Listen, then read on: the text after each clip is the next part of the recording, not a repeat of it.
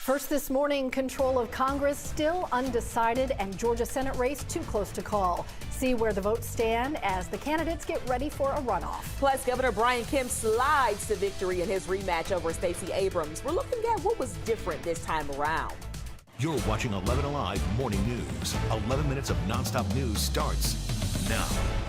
We are following breaking news from overnight well into the morning. A tight Senate race. State officials saying Senator Raphael Warnock and Herschel Walker will head to a runoff. They are counting the final vote as we speak. Let's take a look at the numbers. Right now, Senator Warnock is leading by a razor-thin margin, a difference of about 35,000 votes. Ariana Manise is live with a closer look as candidates once again are going to try to convince you to go to the polls.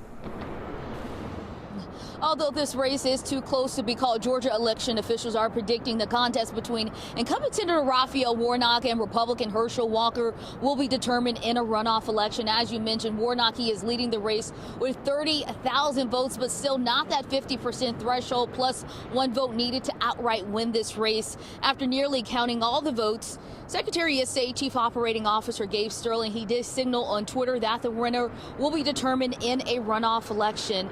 We heard from both Warnock and Walker after supporters waited all night to hear their results. Both candidates are telling their supporters to hang in there, which means we will see these campaigns back on the trail, crisscrossing Georgia to win supporters over again and get them back to the ballot box. Now, Libertarian candidate Chase Oliver did secure 2% of the vote, but once this election is certified, it's likely we'll only see Warnock and Walker on the ballot come December 6th. Back to you. All right, Ariana, we know that's going to come fast. Hopefully you got some rest tonight because it's right back to it today. No doubt.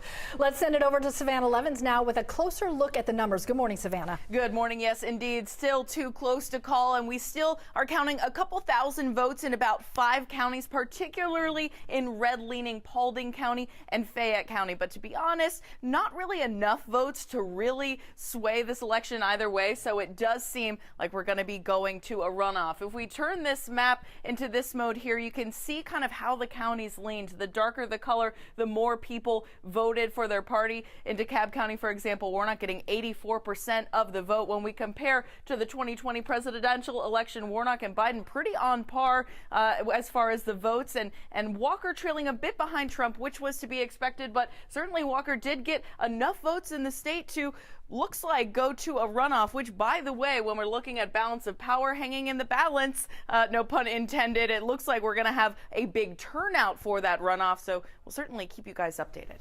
All right. A lot of money will be on the line because of that. Turning to the governor's race this morning, Republican Brian Kemp slid to victory, 53% over Stacey Abrams, 46%. We remember how tight 2018 was. This wasn't that. Jerry Carnes has a look at Kemp's reaction and his promise for the next 4 years.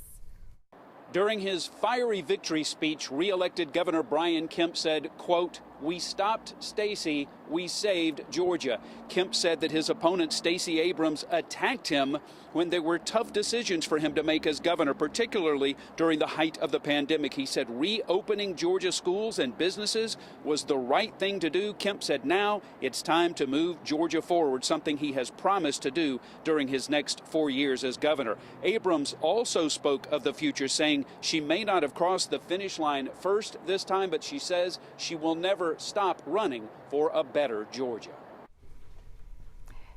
Georgia House seats also up for grabs in this election, as well as some top offices in our state. Liza Lucas joining us now with more. Hi, Liza. Hi. Yes, we've been following some of these hot races, and we now know Secretary of State Brad Raffensperger will return for a second term. Raffensperger beating challenger Democrat Bee Nguyen and Libertarian Ted Metz overnight. Nguyen also officially conceded. Now, some other incumbents winning include Republican Marjorie Taylor Greene, who will return to represent Georgia's 14th district. She won nearly 66% of the vote. Now, this would be a second 2-year term for the Congresswoman. Moving on to the 7th district, this race has been called for Congresswoman Lucy McBath. She posted a victory picture on Facebook last night, dedicating her win to her son, who was murdered nearly a decade ago. Now, that is just a look at some of the clear winners of top races for Georgia and really across the country. Stay tuned this morning for more key updates to come. Liza, thank you. 11 Live has been your one-stop shop for all things elections. As we continue getting results around the clock, you can check them out online at 11live.com. Good morning, Cheryl. Good morning, everyone. We are tracking Nicole. It is a tropical storm right now, very close to becoming a hurricane, about a good 4-mile-per-hour wind strength away from that. And it's likely to become a hurricane as it moves across the northern ends of the Bahama Islands and heads right toward Florida. Then it will link further off to the north, attach itself to a cold front that's going to move through our area and move to the southeast of North Georgia, just to the southeast. But we'll spread rain our way. First we'll spread the clouds, then rain, and the winds will start to pick up as well. Even though we're clear right now, we'll be a bit breezy out there this afternoon, looking at winds out of the east at about 10 to 15 miles per hour.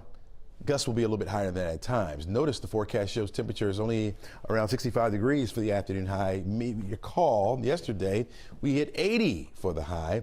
So we'll be doing a little bit cooler this afternoon. So make sure you grab the jacket. You're going to need that. Now our temperature, our rain chances will start to increase starting tomorrow, and I think it'll be mainly during the evening that we'll see that 40% chance, 100% chance for the rain on Friday on the latest track of this particular storm that we're watching. We will be looking at the storm again, making landfall possibly tonight. Let's say in the wee hours of the morning. Here we are by 3 o'clock in the morning, making landfall just north of the West Palm area. We'll still continue to push a little bit further to the west, which is why I think our impacts will be a little bit higher. Notice the rain doesn't get in here until we get toward the evening on Thursday. Right around 6:15, we can see some steady light showers around, a few moderate pockets here and there, but that rain intensifies through the overnight. By the time you're waking up on Friday or getting ready to head out to work, we'll have this heavy rain around, and the winds will begin to pick up as well, as the storm will be just to the south of us, center of circulation either way, as it continues to lift to the north.